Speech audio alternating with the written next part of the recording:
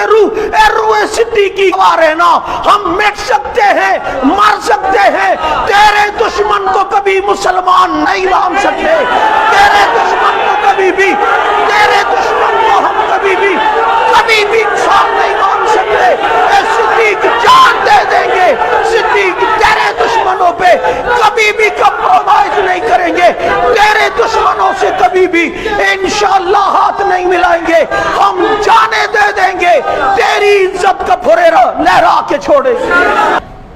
آج اس صدیق پر یوں تبرہ، ہائے نبی کے پہلو میں سونے والا، جس نے اپنے تن کے کپڑوں کی پرواہ نہیں کی اور اپنے تن کے کپڑوں کو پھاڑ پھاڑ کر پیغمبر کو بچانے کے لیے ایک ایک سوراخ کو بند کیا، اور جب دیکھتا ہے صدیق کہ اب سطر کو ڈھانکنے کے سوا کوئی کپڑا نہیں اور سوراخ پھر بھی ایک باقی ہے، تو صدیق اپنی ایڑی رکھ کر محمد الرسول اللہ کا دفاع کرتا ہے، وہ اپنی جان دیتا ہے، اپنی جان کی بھی پرواہ نہیں کرتا، اپنی جان کی بھی اس کو پرواہ نہیں۔ اگر صدیق کو فکر ہے تو محمد الرسول اللہ کی فکر ہے، امام الانبیاء کی فکر ہے۔ آج یہ لاوارث پاکستان میں سے صدیق کو کافر کہا گیا، تمہیں یہاں کافر کافر کے نعرے برے لگتے، مجھے بتاؤ نا، جب صدیق اکبر رضی اللہ تعالیٰ عنہ کا اسلام مشکوک کروا دیا جائے تو پھر یہاں کوئی مسلمان رہتا ہے؟ پھر کسی کے اسلام پر ہم مہر لگا سکتے ہیں؟ ہائے صدیق، اس نے اسلام سے لیا کیا ہے؟ اس نے تو سب کچھ دیا ہے۔ حکمرانوں، تم جب حکومت کی کرسیوں پہ آتے ہو، ساری سہولیات و فیسلٹیز لیتے ہو، سب کچھ لیتے ہو، وہ صدیق ہے جس کی بیوی نے ایک دن کہا میٹھا کھانے کا دل کرتا ہے، کہتے ہیں میرے پاس اتنے پیسے تو نہیں، چلو جمع کرتے ہیں۔ بیت المال سے مختصر سا وظیفہ ملتا تھا، کچھ مہینے پیسے اپنا پیٹ کاٹ کاٹ کے جمع کیے، اور بیوی نے کہا پیسے کچھ جمع ہو گئے، اب میٹھا لینا چاہیے۔ صدیق اکبر نے دیکھا، کہا کہ اس سے پتہ چلتا ہے اتنا مال ہم بیت المال سے زیادہ لے رہے ہیں، ہمارا گزارا تو ہو رہا ہے نا، یہ مال بھی بیت المال میں جمع کرا دو، اور آئندہ اپنے بیت المال کے وظیفے میں سے اتنا مال ہم نے کم کرنا ہے۔ وہ صدیق جو دنیا سے جا رہا ہے، صدیق اکبر رضی اللہ تعالیٰ عنہ نے کہا مجھے پرانے کپڑوں میں کفن دینا، وہی ٹاکی لگے پیمند شدہ کپڑوں میں، میں پیغمبر کے پاس اسی پرانے کپڑوں میں جانا چاہتا ہوں۔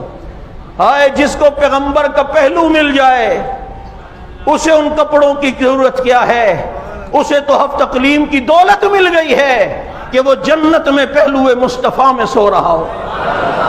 صدیق اکبر رضی اللہ تعالیٰ عنہ، آج ان پر تبرہ، حضرت فاطمہ رضی اللہ تعالیٰ عنہ کی یوم شہادت منائی گئی اس دفعہ، اس سے پہلے وصال تھا، اب شہادت، اور اس میں بھی ایک تبرہ مقصود ہے کہ انہیں شہید گردان کر یہ بتایا جائے کہ لوگ پوچھیں گے وہ کیسے شہید ہوئی، تو پھر کہے گا ادھر سقیفہ بنی ساعدہ میں ابو بکر کی بیعت ہو رہی تھی، عمر کو پتہ چلا علی اپنے گھر میں بیعت کر رہا ہے، کہانی گڑی ہے، وہ وہاں چھوڑ کر فوراً وہاں آئے، دروازے کو کھولنا چاہ نہ کھولا، کھٹکھٹایا علی نے نہیں کھولا، عمر نے زور سے لات ماری، کیلیں لگی ہوئی تھی دروازے پر، دروازہ گرا، فاطمہ کے اوپر حمل ساقط ہو گیا، محسن ساقط ہو، نام بھی رکھ دیا، محسن ساقط ہو گیا،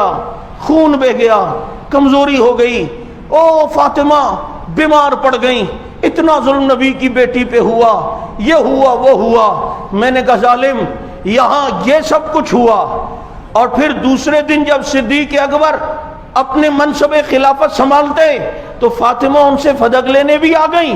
ایک عورت اتنی زخمی ہو، اتنی کمزور ہو جائے، اس کا خون بہ جائے، حمل ساقط ہو جائے، وہ دوسرے دن دربار تک چل کے بھی آ جائیں، بتا کون سی کہانی گڑھ رہا ہے؟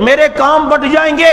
یہ دیکھیں میرے ہاتھوں میں گڑے پڑ گئے, میرے کپڑے میلے رہتے ہیں, ابا جان جھاڑو خود دیتی ہوں, ابا جان حسنین کو سنبھالتی ہوں, ابا جان علی کو سنبھالتی ہوں, گھوڑے کا چارہ بھی خود بناتی ہوں, کھجور کی گٹلیاں بھی گھوڑے کے لیے خود پیستی ہوں. یہ ہاتھوں میں گڑے پڑ گئے. بیٹی اپنا دکھڑا رکھ رہی ہے, اپنی مظلومیت رکھ رہی ہے. پیغمبر نے دنیا نہیں دی, فرمایا بیٹا 33 بار سبحان اللہ, 33 بار الحمدللہ, 34 بار اللہ اکبر پڑھ لیا کرو. یہ غلام سے بہتر ہے تم دل پہ ہاتھ رکھ کے کہو یہی کام اگر خلفاء میں سے کوئی کرتا, یہ بدبخت اس کو کتنا حاشیہ لگاتا, کتنا مسالہ لگا کے پیش کرتا. ہائے بیٹی آئی, اس نے دکھڑا دکھایا, اس نے اپنے ہاتھوں کے گڑے دکھائے. ایک غلام نہیں دے سکتے تھے, کیا ہو جاتا؟ لیکن یہ پیغمبر نے اپنے اسوہ حسنہ سے بتایا ہے, حدیث سنا کے رخصت کیا ہے. صدیق تیرے اتباع رسول پر قربان جاؤں. پیغمبر نے بھی حدیث سنا کے رخصت کیا, ابو بکر نے بھی حدیث سنا کے رخصت کیا. پیغمبر نے بھی حدیث سنا کے رخصت کیا اور ابو بکر نے بھی. اس پہ کوئی اعتراض ہے؟ اور وہ بدبخت پتہ ہے جو حیدرآباد میں تبرہ کر رہا ہے, کل الحمدللہ اس کے خلاف بھی FIR ہو گئی ہے.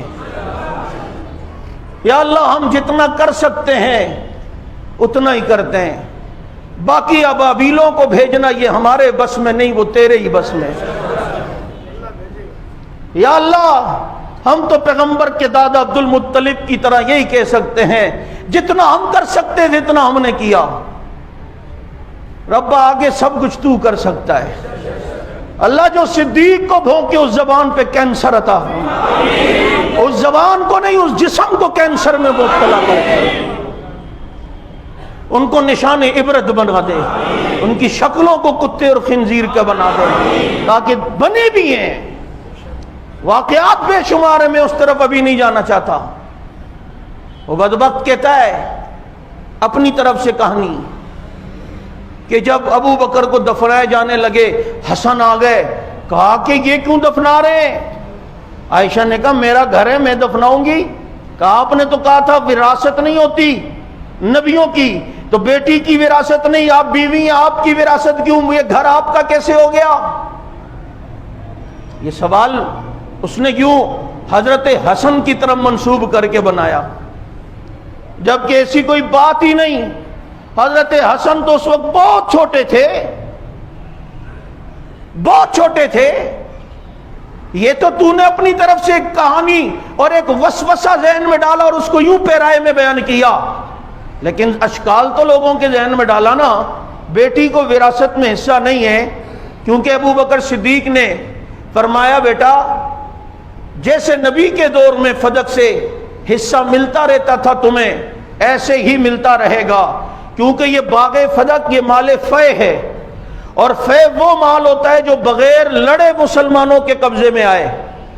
تو خیبر جب فتح ہوا, یہ فدق کے علاقے والوں نے دیکھا ہم لڑ نہیں سکتے, انہوں نے بغیر لڑے سرنڈر ہوئے اور نبی کے سامنے تسلیم ہوئے.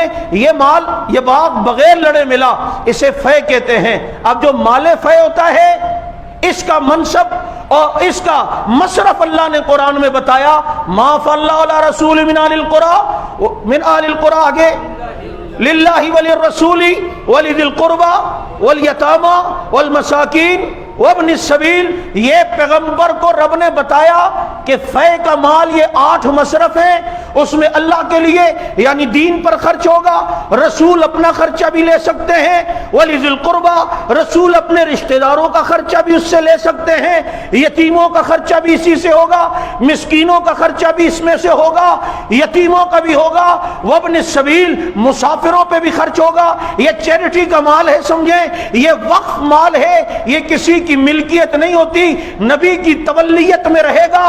فاطمہ باغ کی وراثت لینے نہیں آئی تھی, وہ آ کر کہہ رہی تھی تولیت نبی کے زمانے میں نبی کے پاس تھی, تو تولیت اب ہمارے ہاتھ میں دے دیں. تو انہوں نے فرمایا جیسے نبی کے دور میں تھا ایسے ہی اس میں سسٹم چلے گا. فاطمہ خوش ہو گئی, خاموشی سے وہاں پر چلی گئی. فلا تتکلما, فاطمہ نے جو بات نہیں کی وہ جملہ یہ ہے کہ آگے فاطمہ نے اس مسئلے پہ کوئی بات نہیں کی, اور بدبختوں نے بات کیا بنائی, فاطمہ نے ساری زندگی پھر ابو بکر سے بات نہیں کی. یعنی حدیث سنی, فاطمہ نے پھر آگے کوئی بات ہی نہیں کی. اس نے دیکھا فاطمہ نے, انہوں نے, کہ جب میرے ابا کی حدیث سامنے آ گئی اب فاطمہ کو بولنے کی گنجائش نہیں ہے کہ ما ترکنا صدقہ. نبی نے فرمایا, ابو بکر کہتے ہیں آپ کے والد نے فرمایا, ہم جو چھوڑتے ہیں وہ صدقہ ہوتا ہے, وراثت نہیں ہوتی. چلی گئیں, کوئی مسئلہ نہیں. یہ مسئلہ تھا اس کو اتنا وہ کرنا اور یہ تاثر دینا. فاطمہ دنیا کے لیے اتنی پریشان, باتیں چھوڑ دیتی تھی, رشتہ داریاں ترک کر دیتی تھی, مسلمان سے کلام نہیں کرتی تھی. بطول ان کا لقب ہے, اور بطول کہتے ہی اس کو ہے جو دنیا کو چھوڑ جائے, جو دنیا سے توجہ ہٹا دے, جس کے دل میں دنیا کی ذرا بھی محبت نہ ہو, اسے بطول کہا جاتا ہے. اسے کیا کہا جاتا ہے؟ اب وہ سوال کہ بیویوں کے حجرے وہ وراثت میں کیسے آئے, تو یاد رکھو نبی نے اپنے دور میں وہ حجرے اپنی بیویوں کو وقف کر دیے تھے, اور جب دنیا میں کوئی چیز دے دو تو وہ وراثت میں تو نہیں ہوتی. آج میرے پاس یہ میری گھڑی ہے, میں نے اپنی کسی بچے کو گفٹ دے دی, میں چلا گیا دنیا سے, اب یہ وراثت میں نہیں جائے گی کیونکہ میں نے دنیا میں دی. وہ حجرے دنیا میں نبی نے اپنی بیویوں کو الاٹ کیے. کہتا ہے دلیل, میں نے کہا دلیل قرآن سے ہے. اللہ قرآن میں کہتا ہے وَقَرْنَ فِي بُيُوتِكُنَّ وَلَا تَبَرَّجْنَ تَبَرُّجَ الْجَاهِلِيَّةِ الْأُولَىٰ وَقَرْنَ فِي بُيُوتِكُنَّ. اے نبی کی بیویوں اپنے گھر میں رہا کرو. یہاں جو گھروں کی نسبت کی ہے اللہ نے نبی کی بیویوں کی طرف کی ہے. قرآن کریم کے ضمائر سے بھی احکامات کا استنباط ہوتا ہے. اس آیت سے پتہ چلتا ہے وَقَرْنَ فِي بُيُوتِكُنَّ کہ اپنے اپنے گھروں میں رہو. یہ نہیں کہا وَقَرْنَ فِي بُيُوتِ النَّبِي کہ نبی کے گھر میں رہو, بلکہ نبی کی بیویوں اپنے گھر میں رہا کرو. باہر نکلو تو چادر اوڑھ کے نکلا کرو. یہاں وَقَرْنَ فِي بُيُوتِكُنَّ بتا رہا ہے نبی نے دنیا ہی میں یہ گھر اپنی ازواج مطہرات کو دے دیے تھے. بات سمجھ آ رہی ہے یا نہیں آ رہی؟ بولے. اور پھر ایک بات یاد رکھیں, اس کی آڑ میں پھر صدیق اکبر رضی اللہ تعالی عنہ کی گستاخی, حضرات صحابہ کرام کی گستاخیاں یہ پے در پہ ہو رہی ہیں. یہ کوئی معمولی کیسز نہیں ہیں, یہ پوری اسلام کی بنیاد کو ہلانے کے مترادف ہے. کیا وجہ ہے؟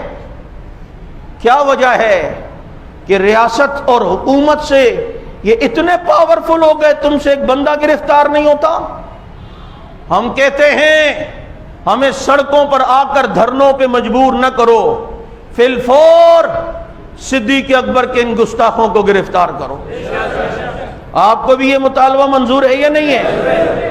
مطالبہ منظور ہے یا نہیں ہے؟ صدیق اکبر کا دشمن آزاد کیوں ہے, اسے گرفتار کیوں نہیں کیا جاتا؟ اگر قائد اعظم کی مزار کی کوئی توہین کرے تو کیپٹن صفدر گرفتار ہوتا ہے کہ یہاں اس نے نعرے لگوائے تھے, وہاں مزار قائد پر نعرے لگوائے تو وہ توہین ہے قائد اعظم کی. یاد رکھو ایسے کروڑوں قائد اعظم صدیق اکبر کی جوتی کی میل کا مقابلہ نہیں کر سکتے. ایسے کروڑوں علامہ اقبال صدیق اکبر رضی اللہ تعالیٰ عنہ کے جوتی کا مقابلہ نہیں کر سکتے. یہ ان کی عزت کا مسئلہ نہیں, یہ پوری اسلام کا مسئلہ ہے. کیونکہ پیغمبر اپنا سارا کچھ صدیق اکبر کے حوالے کر کے چلے گئے, مسلح دے کے چلے گئے, منصب دے کے چلے گئے. مجھے بتاؤ اب صدیق اکبر مشکوک ہو گیا تو پیغمبر کا انتخاب مشکوک ہوگا یا نہیں؟ کہ پیغمبر نے آخری مرتبہ دنیا سے جاتے ہوئے اگر مسلح کا انتخاب کیا, تم اس انتخاب پر انگلیاں اٹھاتے ہو, تم پیغمبر کے انتخاب کو مشکوک بنا رہے ہو. اس لیے یاد رکھو اسے ہلکا نہ لیا جائے. یہ صحابہ کی عزت کا مسئلہ نہیں، یہ بلکہ پیغمبر کی بھی عزت کا مسئلہ ہے، کیونکہ صحابہ شاگرد کس کے شاگرد ہیں؟ کس کے شاگرد ہیں؟ پیغمبر کے شاگرد ہیں. شاگردوں پر بد اعتمادی استاد کی تربیت پر بد اعتمادی ہے. شاگردوں پر بد اعتمادی استاد کی تربیت پر انگلی اٹھانے کے مترادف ہے. اس لیے یہ جمادی الثانی کا مہینہ ہے، آپ نے جگہ جگہ صدیق صدیق کے نعرے لگانے ہیں، ابو بکر صدیق کی عظمت کے نعرے لگانے ہیں، گھر گھر میں صدیق اکبر کی عظمت کو پہنچانا ہے، ان کی عظمت کے ترانے گانے ہیں. اور انشاءاللہ العزیز 22 جمادی الثانی کو صدیق اکبر رضی اللہ عنہ کے یوم وفات پر جو احتجاجی جلوس ہمارا ہوتا ہے، وہ اتنی بڑی تعداد میں ہم عاشقان صدیق کو لائیں گے اور محنت کریں گے کہ دنیا کو پتہ چلے گا یہ کراچی صدیق کے چاہنے والوں کا شہر ہے. محنت کرو گے؟ محنت کرو گے؟ آؤ گے؟ اس مہینے صدیق صدیق ہوگا، صدیق کے نعرے گاؤ گے، صدیق کے نعرے لگاؤ گے. مصطفیٰ کا ہم سفر، چرچے جس کے عرش پر، لگے گا نعرہ فرش پر. مصطفیٰ کا ہم سفر، نعرے جس کے عرش پر، چرچے جس کے فرش پر. صدیق کا منکر، صدیق کا منکر، ابو بکر کا منکر، صدیق کا منکر، صدیق کا منکر، خلافت صدیق کا منکر، صدیق کی عظمت کا منکر، صدیق کی شان کا منکر، صدیق کی آن کا منکر، صدیق کی خلافت کا منکر، صدیق کا منکر، صدیق کا منکر، صدیق کا منکر، صدیق کا منکر، صدیق کا منکر. مصطفیٰ کا ہم سفر، مصطفیٰ کا ہم سفر، مصطفیٰ کا ہم سفر. لگے گا نعرہ فرش پر، چرچے جس کے عرش پر. آخر دعوانا ان الحمدللہ رب العالمین. بیٹھیے ایک اعلان سن لیں.